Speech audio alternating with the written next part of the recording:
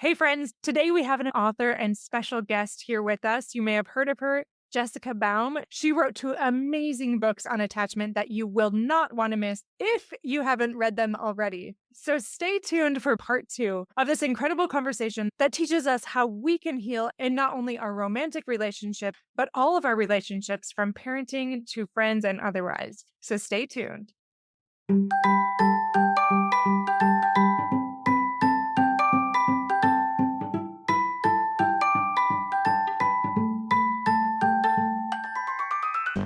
Welcome to Fulfillment Therapy. I'm Kendra Nielsen, wife, mom, and licensed therapist. Do you ever feel like you're doing everything right, but you're still exhausted and empty? Did you think life, marriage, and parenting would be simpler and more rewarding? Sometimes you just want to crawl back into bed and lose yourself in screen time and chocolate, rather than face that personal or family stress. You are not alone. This podcast helps you break free of the rat race and build a richer, more meaningful life, flourishing incrementally and realistically, improving your mental health and wellness, and living with deeper purpose beyond the mundane, no matter where you are in life's journey.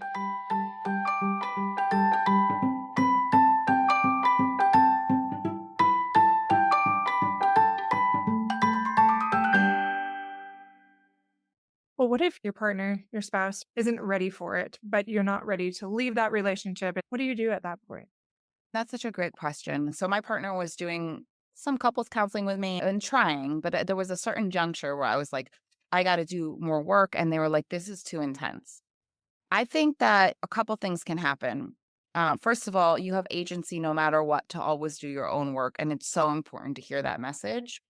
You can stay in a partnership where one person evolves. I know Gabe Mate says you end up leaving, but if you build a container around some of their behaviors being more about them and deal with what is waking up in you, you might actually start to see the relationship differently, or you might actually push them to heal themselves, or you might heal so much that you decide that this isn't meeting your needs and you tend to leave. The outcome is so different and specific and layered for everyone. I've had clients who like do the healing work and they're like, oh, when my partner does this because of his own trauma, it doesn't affect me the same way anymore. And I'm starting to see him with more compassion and I'm shifting the way I'm relating to him. And I've had other people who've done deep work and they said, you know what, this isn't enough. And I want someone who meets my needs on a different level. So it really depends. As a couples counselor, I really truly believe that people can do the work together. Had my partner decided to do the deep dive, which is what it was, I think we could have healed together. Now, the earlier the wound, and I talk about this in chapter 7, sometimes if the wound is so early, and we could talk about narcissistic wounds because that's what we're really talking about, or someone with a borderline trait. The earlier the wound, sometimes those wounds need to be healed individually before a person's really in the space to be in a successful relationship. You could do that in couples counseling because you're in Imago, you're doing your individual work too. But there are some cases where couples come to me and I have to separate them for a little while and they have to do some individual work and then come back together if the wound is really, really early in both. Okay. And usually it is because we attract people who tend to be developmentally wounded around the same time. Typically, that is what happens. So in the case of like a parent maybe having a personality disorder, borderline personality disorder, something like that, there's likely some big things that one partner needs to branch off for a little bit and work on, is what you're saying. Yeah, borderline personality disorder I talk to about is like extreme attachment trauma at an early age. Essentially, that's what borderline personality disorder is. And if you have a parent that's has that, you're going to have a lot of adaptations towards that type of personality. And so there might be some more work around how that parent has wounded you and how you've adapted and how your fear states are and how those states are showing up in your romantic relationship. And sometimes that work can be done collectively. And sometimes you might be so dysregulated, or your partner might be so dysregulated, or their perception is so skewed in a way that person needs individual help, sometimes pharmacology, right? Like lots of things before they're able to be present and aware and available for romantic reciprocal relationship. For those that are just thinking, oh, that sounds like something that my partner experiences. This is something that comes up. Do you have a maybe hypothetical situation or even a real one of what that might look like? How that would show up in their partner if they did have a parent where there was that extreme attachment trauma? Yeah, I think that again, it's the neglect. So it becomes about all the parents' emotions, right? And then that person becomes hyper vigilant and doesn't really understand genuine connection and all of that. So they might get into a relationship. It might be like push pull. It might be a lot of making up and breaking up, or a lot of pointing the finger and a little awareness because no one was attuning to them because their parent was so stuck in their own world and their own kind of adaptations. That person doesn't have the skills quite yet developed because they weren't given what they needed at such an early age. So they can't give it to their partner. So they need to start to receive it, start to understand what they didn't receive, and then they can eventually show up in a better way in a romantic setting. Maybe that finger pointing, maybe that push pull, that neglect, those are all signs that something is going on. So they could read your book, say if they can hopefully get their partner to read it to this joint journey to try to go that deeper level to get that healing. And over time, like you said, it's individual for each person what that means moving forward, if they're able to meet each other's needs, how their relationship develops. What other things would you suggest for people that are just starting to learn about attachment theory and how it can help them in their relationship and just in life in general? What is the next step beyond reading that they can do to start that healing process? Well, I think the reading is the first step is the awareness. And then, like I said, understanding that whatever was wounded early on needs to be healed through a re experiencing, that they're not alone.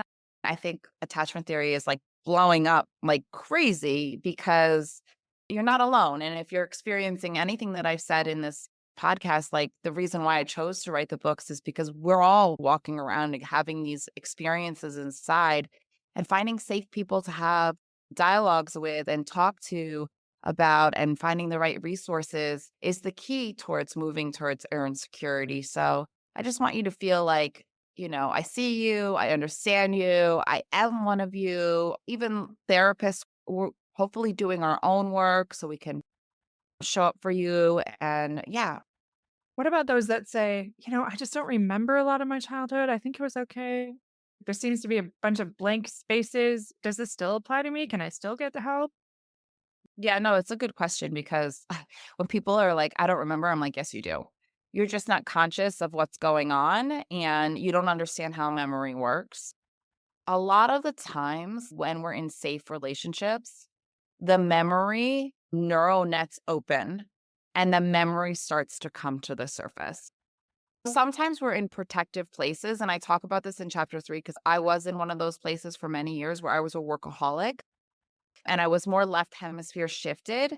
And that was a protective way to stay out of my right hemisphere and the sensations that my body was happening. So a lot of those people feel disconnected from their body. And that is a protector around accessing more. But yeah, without the information to understand how memory really shows up and without safe enough environments and people, we'll stay in sympathetic activation or we'll stay in survival mode. And so we're not slowing down enough to actually be with our body, but it's there. It's always there. And by the way, it's always making choices for you. If you think that your consciousness is making your choices, it's more implicit memory that is making a lot more of our choices day to day. So it's there. It's about accessing it and starting to understand it and to slow down enough and have the right supportive environments and people to start to dip into it.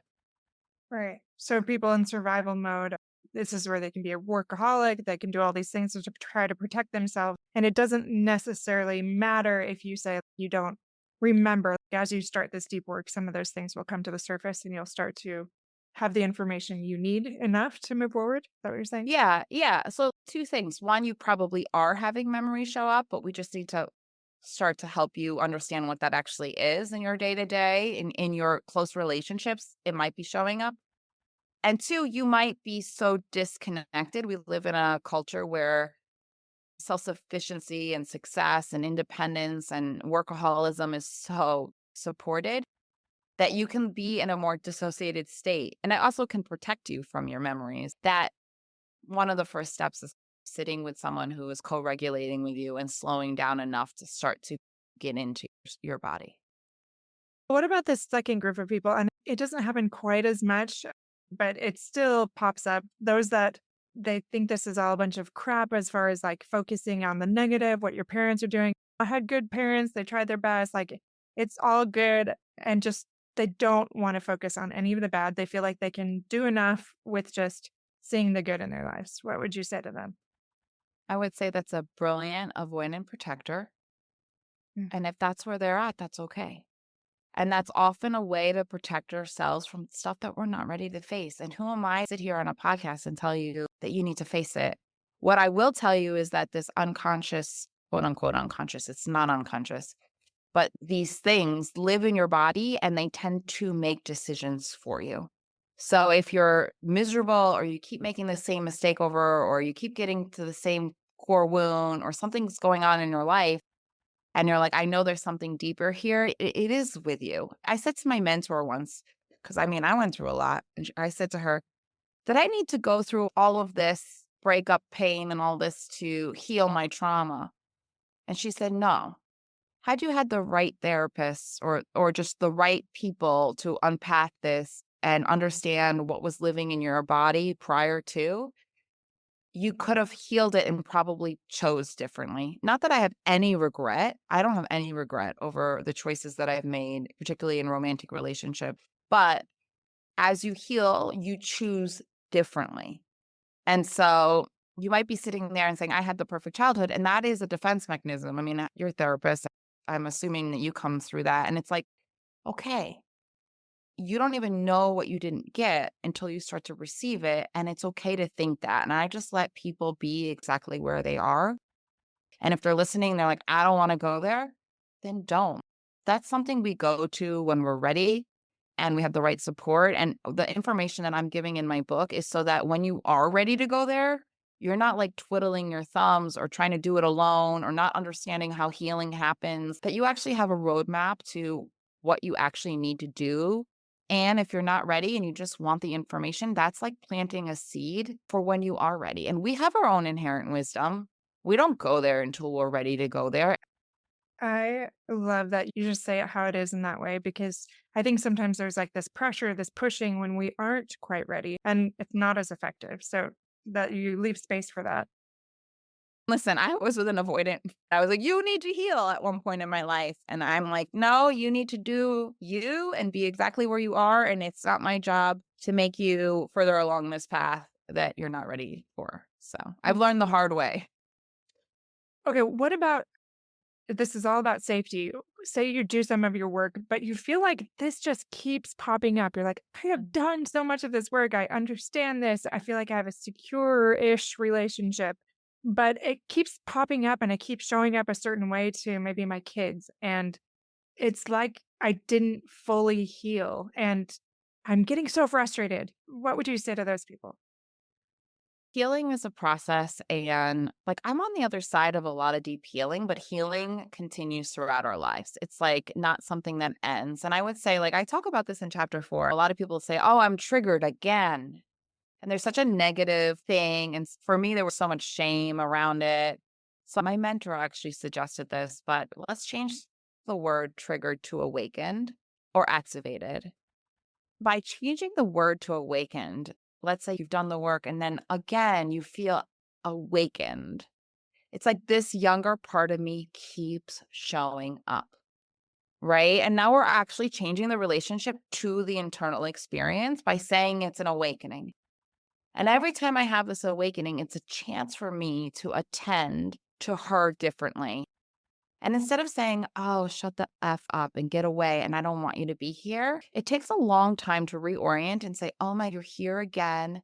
You're being awakened. This is such an important internal experience. How can I tune in? And what does this part of me need? And as soon as you shift the lens to a way of relating to what's going on inside differently, those experiences start to change too. They move away from shame and frustration to there she is. I know I can have an experience like, if enough people don't show up for me, my abandoned little girl might show up and I know what she feels like and she lives in me and there's a place for her. And so when she's awakened, I have things that I can do, people I can call, or things I can say to myself that I know I'm in memory and I know she's important. I don't feel that repetitive cycle. It's just like a little bit more tending to that I need to do on that day. So triggered, changing that word. And I actually haven't heard that word changing into awakened. I've heard of activated, but I like awakened even more. It does seem to take away that shame, that frustration more, and just give you that chance to attend. Ask yourself, what do I need here? And the beautiful part about this too is I can just see for those that do have kids, how you can model that also for your children. Like, hey, this is a way we can look at it instead. And that takes away that shame, that frustration, or at least maybe minimizes it. I think that's so beautiful. So Thank you. Yeah. And that was a suggestion. That was not mine, but it changed my relationship with myself when I started to reframe things that way. And I hope if you're listening and you feel a lot of shame, because I used to be like, oh, here are my big feelings again, like that kind of feeling. And instead, I'm like, oh, there she is. And it's okay. There's space for her. absolutely. As you're thinking back on the book and your own journey, your own epiphanies, did you have any other aha moments as you really took that deep dive? Uh, I think at one point I was grieving the loss of a very important person and I was in fetal position.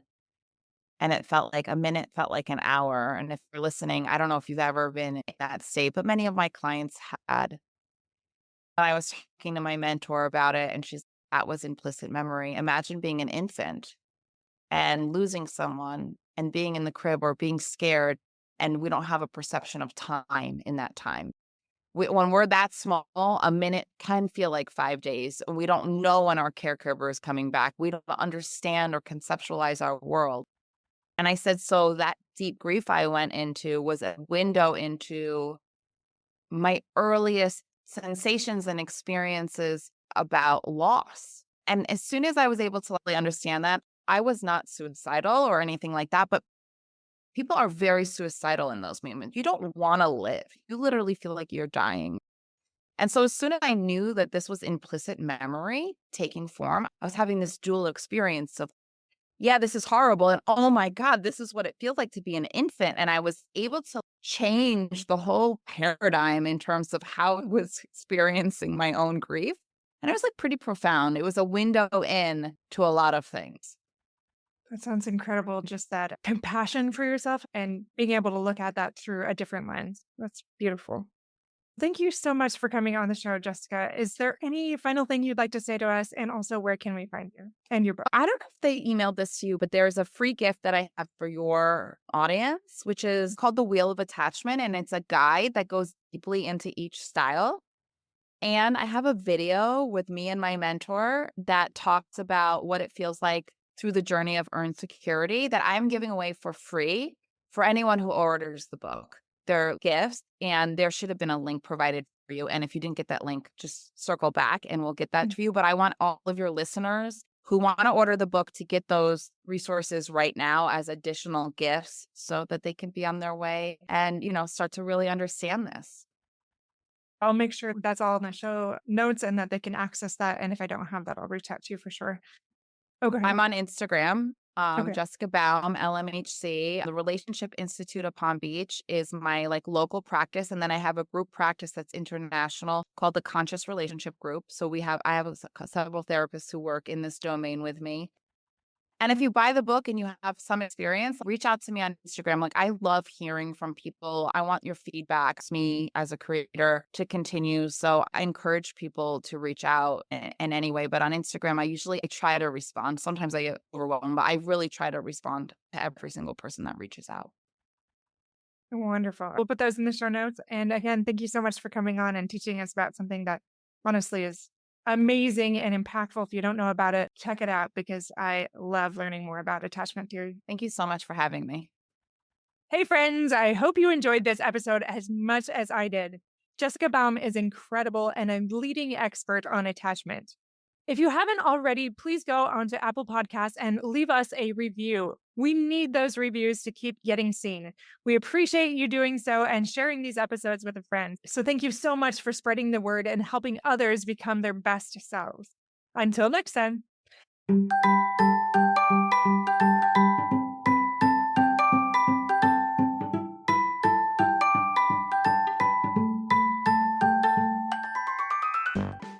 Friends, if you enjoyed this episode, a quick 30-second share can help someone else find support and help this podcast grow. Leaving a review on Apple Podcasts boosts visibility and keeps the show alive. Your simple acts make a big difference. I'll see you back here each week for more life-changing episodes.